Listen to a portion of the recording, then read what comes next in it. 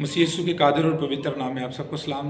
आज फिर आपकी खिदमत में हाजिर हूँ और आज का जो हमारा टॉपिक है वो है हक और गुमराही की रूह को पहचानना। हम किस तरह हक और गुमराही की रूह को पहचान सकते हैं? तो खुदा के कलाम मुक़द्दस में से पहला रेफरेंस जो हम खुदा के कलाम मुक़द्दस में से पढ़ते हैं, पहला यूहन्ना और चौथा बाब और उसकी फर्स्ट वर्स में यूँ लिखा है, ऐ अजीज़, हर एक रूह का यकीन न कर, बल्कि रूह को आजमाओ कि वो खुदा की तरफ से है या नहीं, क्योंकि बहुत से झूठे नबी दुनिया में निकल खड़े हुए हैं। और खुदा की रूह को तुम इस तरह पहचान सकते हो कि जो कोई रूह इकरार करे कि यीशु मसीह मुजस्सम होकर आया है वो खुदा की तरफ से है, और जो कोई रूह यीशु का इकरार न करे वो खुदा की तरफ से नहीं। यही मुखालफे मसीह की रूह है जिसकी खबर तुम सुन चुके हो कि वो आने वाला है, बल्कि अब भी दुनिया में मौजूद है। आमीन। आप ऐसे बहुत सारे खादमों और बहुत सारे लोगों से मिलेंगे जो यीशु मसीह के मुजस्सम होकर आने का इकरार नहीं करते, बल्कि मसीह के बारे में मुख्तलिफ उनकी राय होती हैं, मुख्तलिफ तालीम होती है, मुख्तलिफ वो रेफरेंस से बात करते हैं। लेकिन ये तमाम बातें लोगों को गुमराह करने के लिए काफ़ी होती हैं, क्योंकि वो पूरे पैराग्राफ को पढ़ते नहीं और ना उस पूरे पैराग्राफ का मुतालिया करते हैं। क्योंकि एक पैराग्राफ एक पूरी बात होती है जिसमें उस बात की वजह बताई जा रही होती है कि ये बात जो शुरू की गई है ये इस वजह से शुरू की गई है। सो हम दूसरे रेफरेंस को भी खुदा के कलाम मुक़द्दस में से पढ़ते हैं। चौथे ही बाब की 6 आयत कहती है, हम खुदा से हैं, जो कोई खुदा को जानता है वो हमारी सुनता है, जो खुदा से नहीं होता वो हमारी नहीं सुनता। इसी से हम हक की रूह और गुमराही की रूह को पहचान लेते हैं। तो जब कोई खुदा के कलाम अक़दस की बात को नहीं सुनता तो वो गुमराही की रूह से होता है। जैसे खुदावंद यीशु मसीह ने कहा, मेरी भेड़ें मेरी आवाज़ को सुनती हैं, और जो कोई खुदावंद यीशु की भेड़ होती है वो उसकी आवाज़ को सुनती है। और यीशु ने कहा, तुम इसलिए नहीं सुनते क्योंकि खुदा से नहीं हो, और जब खुदा से नहीं हो तो फिर किससे हो? ये भी पढ़ लेते हैं। यूहन्ना की इंजील, मेरे साथ रहिएगा,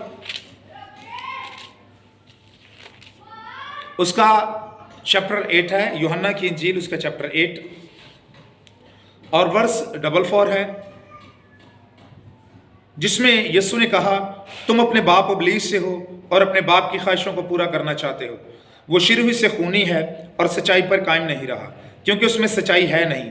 जब वो झूठ बोलता है तो अपनी ही से कहता है, क्योंकि वो झूठा है, बल्कि झूठ का बाप है। लेकिन मैं जो सच बोलता हूँ, इसीलिए तुम मेरा यकीन नहीं करते। तुम में कौन मुझ पर गुनाह साबित करता है? अगर मैं सच बोलता हूँ तो मेरा यकीन क्यों नहीं करते? जो खुदा से होता है वो खुदा की बात सुनता है, तुम इसलिए नहीं सुनते कि खुदा से नहीं हो।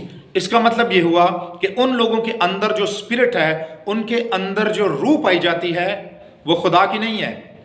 वो बजारन कलीसिया का हिस्सा है, वो बजारन खिदमत का हिस्सा है, वो पास्टर भी हो सकता है, वो कलीसिया भी हो सकती है। जो खुदा की आवाज़ नहीं सुनता, जो खुदा की बात नहीं सुनता, वो खुदा की रूह से लेस नहीं है, खुदा की रूह से भरा हुआ नहीं है, बल्कि वो एक शैतानी रूह से भरा है जो गुमराह होकर दूसरों को भी गुमराह करने का सबब बनता है। सो हमें मोहतात रहने की जरूरत है। हर एक रूह का यकीन नहीं करना, बल्कि रूहों को परखो। ज़्यादातर हमारे लोग क्या करते हैं, जिसके पास बाइबल होती है उससे पास्टर साहब बुलाना शुरू कर देते हैं। उन्हें मालूम नहीं होता कि वो पास्टर साहब भी है या नहीं है। फिर जब वो हमारे घरों के अंदर दाखिल हो जाता, बातचीत करना शुरू करता, तो हमें ये पता ही नहीं होता कि वो किस रूह से लेस है। फिर वो हमें बताना शुरू करता है, आपके घर के अंदर बदरुएं हैं, आपके घर के अंदर फलां चीज़ है, आपकी फलां चीज़ है, या आपकी फलां चीज़ है। दो बातें हैं, या तो वो खादिम नहीं, या आप कलीसिया नहीं है, या आप खुदा के बुलाए हुए नहीं हैं। इस बात का सबूत करने के लिए हम खुदावंद के कलाम अक़दस में से मरकज़ की इंजील के इस हवाले को निकालेंगे, जो मरकज़ की इंजील 16वां बाब है। क्योंकि एक मसीह पाकरू की कुव्वत से लेस है, और हमें यह समझने की अशद जरूरत है, क्योंकि यहां मरकज़ की इंजील उसके 16वें बाब में कुछ और तरह से लिखा हुआ है, और इनका जो रिएक्ट है وہ कुछ और तरह से है, कलीसिया का भी और उन खादमों का भी। 16वें बाब की 15वीं आयत में खुदावंद यीशु मसीह ने अपने शागिर्दों से मुखातिब होकर कहा और उनसे कहा कि तुम तमाम दुनिया में जाकर सारी खलक के सामने इंजील की मनादी करो।